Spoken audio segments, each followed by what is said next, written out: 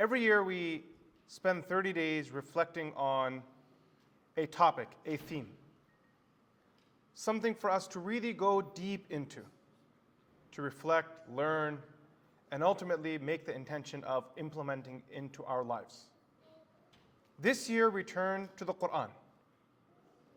Allah subhanahu wa ta'ala in Surah Sad says, كِتَابٌ أَنزَلْنَاهُ إِلَيْكَ مُبَارَكًا لِيَدَّبَّرُوا آيَاتِهِ وَلِيَتَذَكَّرَ أُولُو الْأَلْبَابِ. A blessed book we have set down to you so that they may contemplate its verses and so that people of understanding may take heed. There is a part of the Qur'an that involves reciting. And for every word of reciting, regardless of understanding its meaning, the Prophet ﷺ has prescribed a reward. For every harf, there are 10 rewards. And in the narration, the Prophet ﷺ said, Alif Lam Mim equals to 30 rewards. And the fact that Prophet ﷺ used this word to illustrate the reward for us is profound, because Alif Lam Mim is that word that nobody knows the meaning to other than Allah subhanahu wa ta'ala, teaching us that even for those who don't have access to the Arabic language, those who grew up with another mother tongue, who grew up in a land that Arabic wasn't the common language, who didn't have the opportunity to learn the meanings of the Qur'an, there is still great reward in reading it as long as you respect it. You have a desire to understand it. You make it a point, an intention in your life that I wish to one day take a deep dive into the Qur'an. Hasan al-Basri rahimahullah ta'ala, he very beautifully said, Wallahi ma tadabburuhu bihifdhi hurufihi wa ida'ati hududihi. That reflection on the Qur'an is not memorizing the letters and words while wasting and neglecting the limits and messages of the Qur'an. Hatta inna ahadahum la yaqul. And now one of them says, قرأت القرآن كله, that I have recited the entire Qur'an. ما يرى له القرآن في خلقه ولا عمل.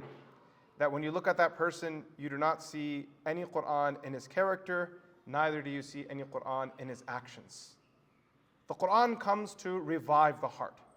It comes to ignite a fire within the human being, for the mind to become sharp, for actions to change, for our desires to be tamed. We look at the life of Rasulullah sallallahu alaihi wasallam and the companions. On one side, they would read the Qur'an abundantly and frequently. The Sahaba, they say, in one night, the Prophet sallallahu alaihi wasallam woke up, and in his nightly prayer, we recited a few pages of Surah Baqarah tonight. The Prophet sallallahu alaihi wasallam recited the entire Surah Baqarah. Then after he finished, he went on to recite Surah Al Imran. That's a very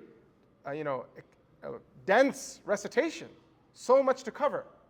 But at the same time, we see the companions described by the Prophet ﷺ's tahajjud salah at another point, and they say he spent the entire night repeating one ayah, crying in front of Allah subhanahu wa ta'ala. إِن تُعَذِّبْهُمْ فَإِنَّهُمْ عِبَادُكَ وَإِن تَغْفِرْ لَهُمْ فَإِنَّكَ أَنْتَ الْعَزِيزُ الْحَكِيمُ.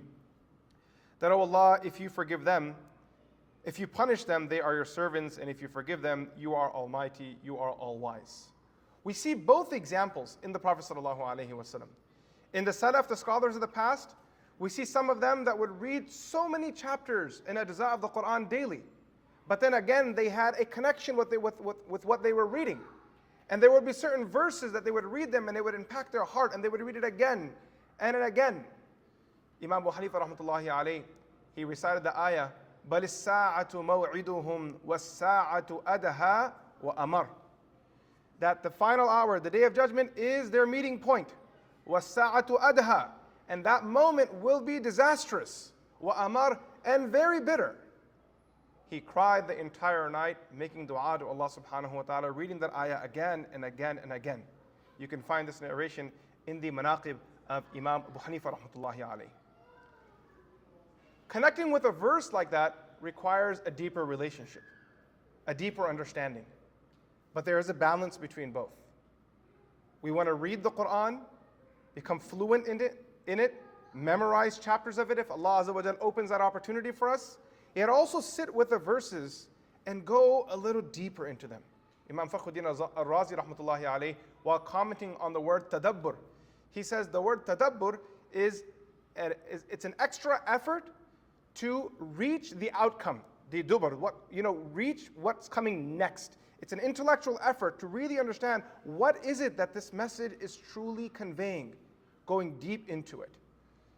Now, for this month, inshallah, our goal is tadabbur, reflection, going deep into verses of the Qur'an. And inshallah, we will be going through Surah al-Mulk, a surah with 30 verses. And inshallah, in these 30 sessions, going through one verse at a time, reflecting deep and connecting with it. My request to everyone is, try to see if you can memorize that one verse that we are covering each night and work it into your routine. Memorize one verse, read it every day. The second verse, keep reading it. You want to read Surah al-Mulk every night, but focus on one verse at a time. A very easy goal. Memorizing that one verse, if you put a little effort into it, inshallah, maybe 10 minutes of your day. But now you have that one verse down. And then you revise it, you repeat it, you reflect on it. Regarding Surah al-Mulk, we see the Prophet ﷺ refer to this surah by many names. For example, in one narration, the Prophet of Allah referred to it as al-Mani'ah, the preventer, al-Munjiyah, the savior, al-Mujadilah, the arguer. The companions say the Prophet ﷺ would not sleep at night. كان النبي صلى الله عليه وسلم لا ينام حتى يقرأ ألف لام ميم وتبارك الذي بيده الملك رواه الترمذي. The Prophet ﷺ would not go to sleep until he recited 2 chapters of the Qur'an, Alif Lam Mim as-Sajda, and then also Surah al-Mulk. In another hadith narrated by Imam Abu Dawud rahmatullahi alayhi, the Prophet ﷺ said, Inna suratan min al-Qur'ani 30 ayah. There is in the Qur'an a chapter with 30 verses. Shafa'at li rajulin hatta ghufira lahu. It interceded on behalf of a person, and that person was forgiven by Allah subhanahu wa ta'ala. He then clarified, wahiya. He gave bayan. He opened it up further. Wahiya suratu tabaraka alladhi biyadihi al-mulk. This is Surah al-Mulk. Ibn Mas'ud radiallahu anh narrates a beautiful narration narrated by Imam Hakim rahmatullahi alayhi. He describes this image of a person lying in his grave. And the angels come to punish this person. And they come from the direction of his feet. And the feet speak to that person. And they say, you have no way through me. He used to stand reciting Surah al-Mulk. They come from the chest then. Let's come from the other side. And the chest says the same thing. And they come from the head, another direction. And the head says the same thing, that you have no way to this person because this person used to recite Surah al-Mulk.